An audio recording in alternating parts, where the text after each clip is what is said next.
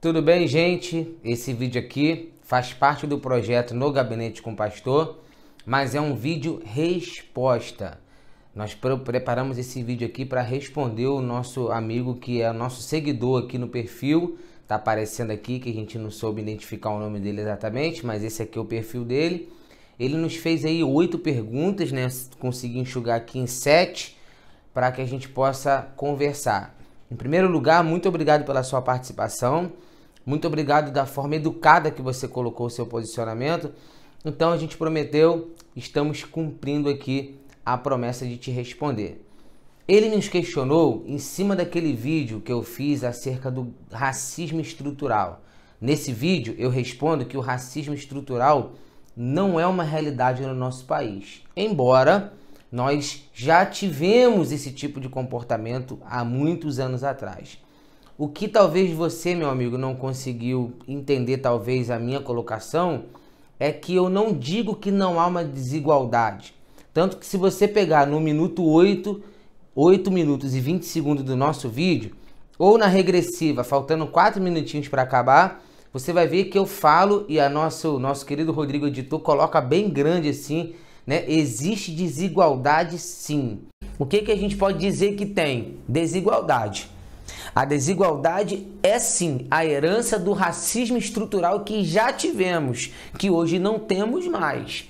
E aí eu começo a explicar nesse minuto que a nossa desigualdade atual é fruto de um passado com racismo estrutural. Então eu não nego a desigualdade, porém eu nego, com aqueles argumentos que você já viu, o racismo estrutural. Aí você me fez 7 perguntas, eu vou tentar respondê-la aqui, todas elas de forma bem sucinta. Primeira pergunta que você fez foi: por que se o Brasil é um país tão mixigenado, apenas uma pele, a pele escura, é prejudicada? De cara, essa primeira pergunta já é respondida no próprio vídeo quando eu digo da herança do racismo estrutural, que é justamente a desigualdade. Então, embora o Brasil seja essa mistura toda, existe sim uma desigualdade que tende a inclinar para a raça preta e parda, devido à história, né, construída, a história do Brasil todinha com herança do racismo estrutural. Então, eu disse que há uma desigualdade, realmente há uma desigualdade. Isto não quer dizer que o Brasil é racista, nem tampouco vive um racismo estrutural. Eu acho que são assuntos diferentes que a gente não pode misturar. Segunda pergunta que você fez: por que os políticos em sua maioria são brancas? Aí eu te faço uma outra pergunta: a população preta e parda é impedida de votar? Se a maioria dos políticos são brancos, logo a população preta e parda vota nos brancos. Por quê? Se a maioria da população resolver votar por causa da cor da pele, votar por causa da cor da pele, o Congresso em sua maioria será preto e pardo, tendo em vista que o Brasil é um país de maioria preto e pardo. Então essa pergunta não tem muita conexão com o tema abordado no vídeo, porque se a maioria dos políticos são brancos, ora, e os pretos não são impedidos de votar, alguma coisa está errada, então, nessa visão, na tua visão, em relação ao voto desse povo, dessa população. Terceira pergunta que você fez foi: por que é raro ver pessoas pretas em lideranças de grandes empresas? Aí eu já respondo essa pergunta com uma outra perspectiva. Aí já não tem nada a ver com a cor da pele. Aí tem a ver com competência, né? Porque ninguém vai colocar um diretor numa empresa só porque ele é branco. Eu acredito sim que existe a desigualdade no salário. Aí já é uma outra conversa. Agora, colocar alguém na frente de uma empresa vai muito além da cor de sua pele, tendo em vista que o objetivo principal de uma empresa é o quê? Lucro, capital. Então, independente do cara ter olho azul, verde, cabelo louro, independente da opção dele sexual, independente da cor de sua pele, se ele produz para a empresa vai contratá-lo, porque a empresa ela tem por finalidade lucrar, ou não? Nenhuma empresa tem por finalidade ficar ideologizando, quase que não sai, né? Ficar, sabe, filosofando. A empresa quer vender. E se você lucra, você está no cargo. Aí já acho que essa pergunta não tem muita conexão com o assunto de racismo estrutural. Quarta pergunta que você me fez foi: por que a população carcerária, em sua maioria, é preta? Aí, essa pergunta é um pouco mais complexa, mas vou tentar sintetizar. Aonde o crime organizado está estruturado? Nas comunidades. Fato. E a comunidade majoritariamente é branca ou preta? É preta. Ou seja, majoritariamente tudo que envolve a comunidade vai ser preta. Então a questão da população carcerária ser, em sua grande maioria, preta, ora, pega quando a polícia invade o Complexo do Alemão, que aqueles bandidos saem em fuga pelo morro e o Globocop, lá o helicóptero da Rede Globo, filma os bandidos fugindo pelo morro. Quantos brancos estão ali fugindo? Eu te convido a entrar em qualquer comunidade, qualquer uma que você entrar, aonde é dominado pelo tráfico de drogas. Visite a Boca de Fumo, quantos brancos você vai achar lá? Então não é uma questão de, sabe, de cor de pele, é uma questão até de opção. A gente recentemente percebeu, assim, lá em 2017, se eu não me engano, o UOL, ele fez uma lista de policiais mortos aqui no Rio de Janeiro. Isso quando eu lia muito o UOL ainda, né?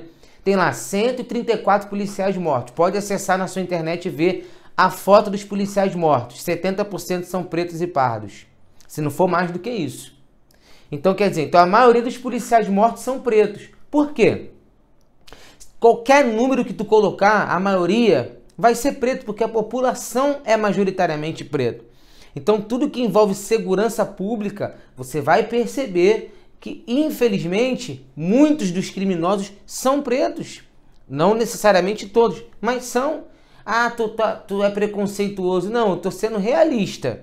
Porque eu frequento comunidade, eu entro em comunidade, eu já resgatei pessoas de comunidade, eu já faço evangelismo em comunidade e eu sei exatamente o que eu tô falando. E aí, tudo que vem da comunidade vai ser majoritariamente preto. Por exemplo, os grandes medalhões do funk são pretos. E se o branco fosse reclamar, por que os brancos não são funkeiros aí, né, reconhecidos? Se você olhar para o rap americano, a grande maioria dos raps americanos são o quê? Porque um segmento do grupo, da estrutura da localidade. Tu sabe muito bem que a música é muito fruto da localidade. Mas isso aí já é uma outra discussão, né? Sertanejo, a maioria dos sertanejos são rurais. Dificilmente você vê um sertanejo, né, que seja altamente que vive na tecnologia, que vive dentro de um apartamento. A música sertaneja ela vem muito do ambiente. E assim que eu vejo a questão da população carcerária. Aí tem gente que vai dizer assim: ah, mas calma aí, pastor, tu tá sendo genérico. O preto tá na comunidade, ele não tem trabalho, ele não tem estudo, ele não tem oportunidade. Aí ele tem o quê? O tráfico de drogas, que oferece a ele um dinheiro, aí ele vai trabalhar para sustentar a sua casa. Existe essa realidade? Existe. Mas isso não é obrigação. Eu já morei em comunidade, na Vila Kennedy, quando era criança. Eu já vendi bananada em sinal. Eu trabalho desde os 15 anos de idade de carteira assinada. Eu passo nos sinais da vida e vejo pessoas idosas vendendo bala. Eu vejo pessoas deficientes físicas, com dificuldade andando, mas vendendo alguma coisa. Eu tenho uma máxima comigo: não existe falta de trabalho. Pode existir falta de emprego dos sonhos, mas trabalho, não existe falta de trabalho. Eu tiro pela realidade do dia a dia. Se você se esforçar, vai ter trabalho para você. Eu hoje sou um empregador e sinto dificuldade de empregar algumas pessoas. Por quê? Porque as pessoas não querem trabalhar. Eu estou falando de uma realidade que eu vivo e de muitas outras. Então não é obrigatório alguém que está na comunidade ser traficante. A gente sabe que não é. Agora, existe o caminho mais fácil, que eu não preciso estudar, eu não preciso correr atrás, eu fico ali na esquina vendendo droga e vou ganhar um dinheiro mais fácil. A gente tem que ser realista, porque quando a gente fala isso, a gente meio que, né, coloca um paradigma na vida do preto favelado. Qual é o paradigma que a gente coloca para ele? A chance que você tem é na boca. Você não tem outra chance, porque lá no asfalto eles não vão te dar oportunidade. E isto não é verdade. Isto não é verdade. Até porque quando a gente bate nessa tecla, a gente já está dizendo para quem está crescendo nesse ambiente: tua realidade é essa aqui. Você não pode ir além disso aqui. E isso não é verdade. Bom, A outra perguntinha que você me fez foi, né? Vamos lá. Por que a população mais pobre, em sua maioria, é preta? Aí a gente vai bater na mesma tecla da herança da desigualdade, né? Existe essa herança do racismo estrutural, que é a desigualdade. Isso é um fato. Isso é um fato, eu não vou discutir isso. A maioria da população brasileira é preta, pobre e parda. A gente sabe disso. Mas também a sua grande maioria da população brasileira tem esse grupo como um setor majoritário, digamos assim, uma população majoritária. Então, eu não vejo isso como um racismo estrutural, mas como uma desigualdade que está sendo muito vencida, está sendo superada. Cada ano que passa a gente supera mais essa questão da desigualdade. Eu sei que a gente vai chegar lá. A outra pergunta que você me fez foi, né? Por que as áreas nobres de uma cidade são habitadas majoritariamente por brancos? Então, tudo a gente vai cair na mesma tecla, né? A gente sabe que os brancos, por exemplo, vamos falar da Zona Sul, né? O branco não chegou ali porque ele é branco, né? Ele tá ali porque o avô dele já estava ali, o bisavô dele já estava ali, e o mesmo funciona com a favela. O bisavô já estava lá, o avô já estava lá, eles vão tendo filho e vão convivendo naquela região onde eles já viviam antes. Com a abolição, né, com o fim da escravatura, os escravos foram morar nos morros. A expressão favelado vem até dessa questão, mas isso é um outro assunto para o vídeo não ficar grande. E aí eles foram morar nos morros. Então a questão da localidade, a gente não pode dizer que isso aí é porque existe hoje um racismo estrutural. Não, já existiu no passado e a herança constituiu essa divisão.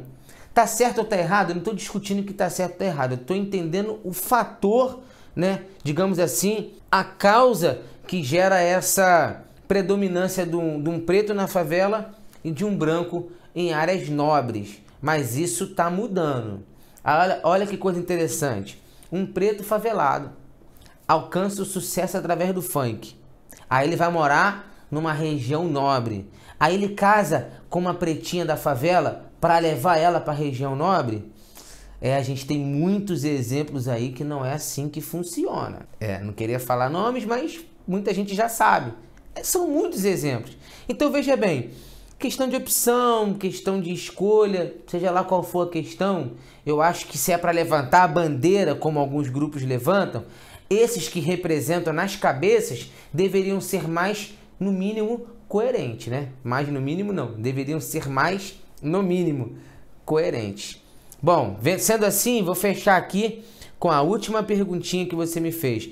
Numa sociedade igualitária, a cor da pele não deveria ser proporcional e não determinante só para uma cor? Essa pergunta, com todo respeito, a gente está conversando, essa pergunta ela não foi bem elaborada. Porque numa sociedade igualitária, a cor da pele é o que menos importa. Então, acho que, então agora quando tiver mais pretos aqui, né, igual os brancos, estou colocando aqui um exemplo, então a sociedade vai estar igual?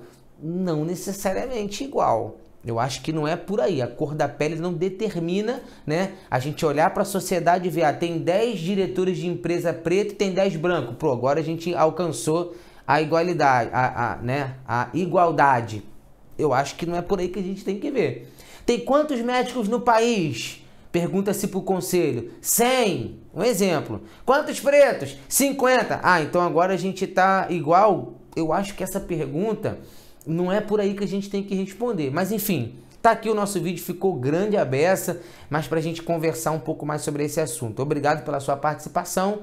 Não nego a desigualdade. O que nego é o racismo estrutural num país que realmente, ao meu ver, não existe.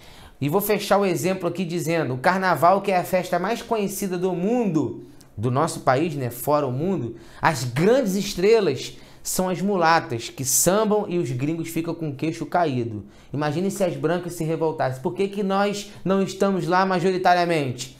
Porque é uma questão que vai muito além da cor da pele, vai muito além, sabe? O Brasil não é um país estruturalmente racista, até porque nós temos grandes exemplos, como eu disse no antigo vídeo e nesse, de pessoas pretas e pardas em destaque no nosso país, e graças a Deus por isso, porque a cor da pele é o que menos importa, o importante é que todos somos imagem e semelhança de Deus. Deus te abençoe.